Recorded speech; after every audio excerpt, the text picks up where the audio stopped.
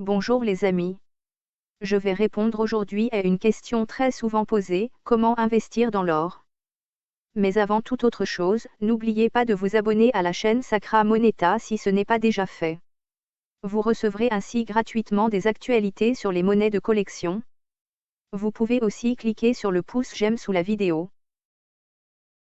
Vous êtes nombreux à vous demander comment investir dans l'or.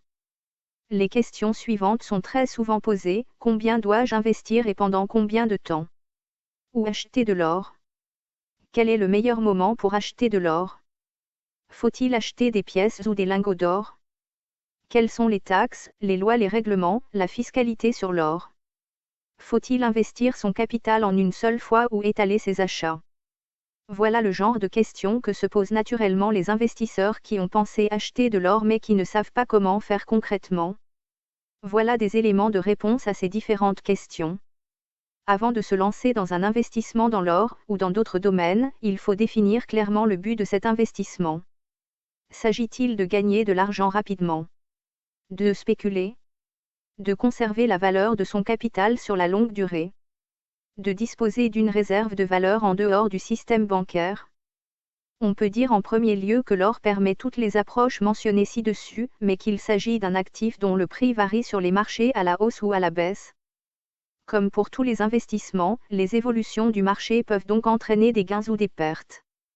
Cependant, de façon générale, l'or est réputé pour conserver la valeur sur la longue durée.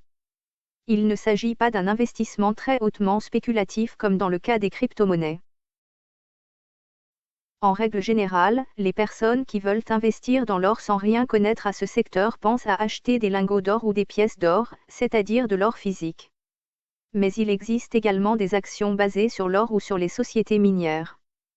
On parle pour les désigner d'or papier car lorsqu'on achète ces actions on ne détient pas physiquement l'or qu'elles représentent. Ces actions permettent d'investir pour spéculer à court terme ou à très court terme, comme avec n'importe quel autre titre vendu sur les marchés financiers. Nous nous concentrerons ici sur l'investissement dans l'or physique, pièces ou lingots, c'est ce que recherchent dans leur immense majorité les personnes qui veulent commencer à investir dans l'or. Combien investir et pendant combien de temps? Cette question est délicate car chaque cas est particulier. On trouve toutes sortes d'avis sur cette question. Certains gestionnaires de fortune affirment qu'il est intéressant de posséder 5 ou 10% de son patrimoine sous forme d'or. D'autres montent ce chiffre jusqu'à 20%. Généralement, il est déconseillé d'investir tout son capital dans un seul actif. Il est conseillé dans tous les cas de conserver une partie de son patrimoine sous forme liquide, c'est-à-dire en argent immédiatement disponible sur des comptes bancaires et de n'investir que l'argent qui dépasse cette réserve de précaution. Faut-il investir son capital en une seule fois ou étaler ses achats? Pour commencer à investir dans l'or physique, la meilleure solution est de procéder par étapes. Il faut d'abord se familiariser avec les différents produits disponibles avant d'envisager d'investir des sommes plus importantes. L'or d'investissement se présente sous forme de lingots ou de pièces de monnaie. Le temps est loin où les investisseurs ne pouvaient acheter que des lingots d'or d'1 kilo.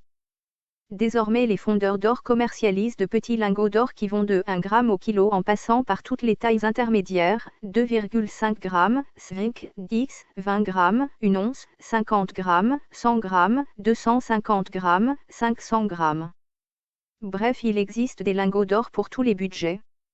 Cependant, plus le lingot est petit et plus la différence avec le prix de l'or au poids est élevée.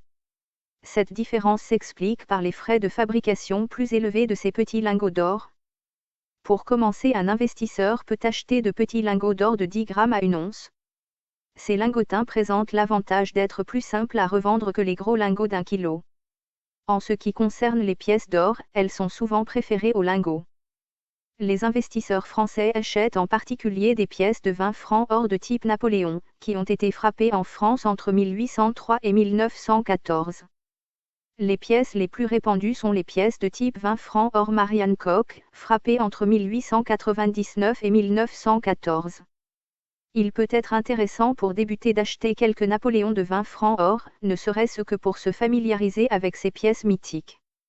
De plus, les pièces de 20 francs or sont très liquides, c'est-à-dire qu'elles sont faciles à acheter et à revendre.